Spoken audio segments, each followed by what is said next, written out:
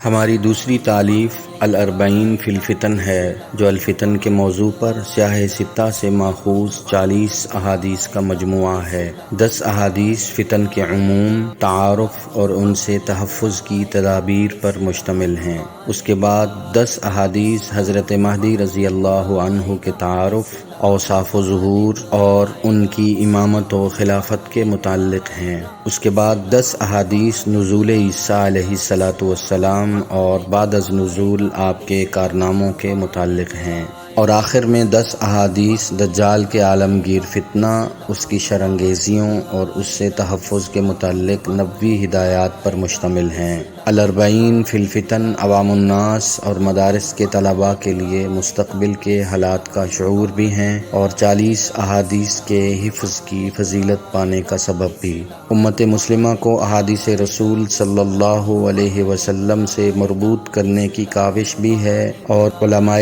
امت کی تدوین کردہ اربعینات میں ایک اچھوتے اور منفرد باب کا اضافہ بھی۔ اگست 2014 کے پہلے ایڈیشن کے بعد تشریحات کے اضافے کے ساتھ جدید ایڈیشن مکمل اہتمام کے ساتھ پیش کیا جا رہا ہے۔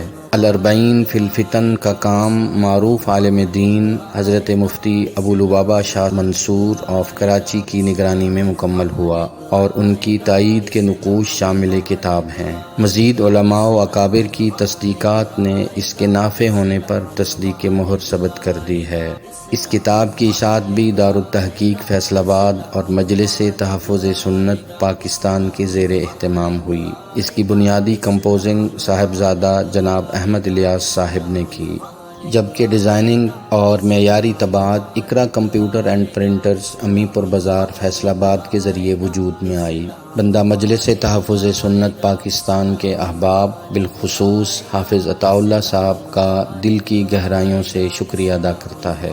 اپنے والد بزرگوار حضرت مفتی عبدالرحمن ظفر صاحب اور برادر کبیر حضرت قاری محمد الیاس ظفر صاحب کی مشاورت و دعا میرے لیے سرمایہ و اثاثہ ہے۔ اللہ تعالی ہماری اس کاوش کو قبولیت سے ہمکنار فرمائے، آمین۔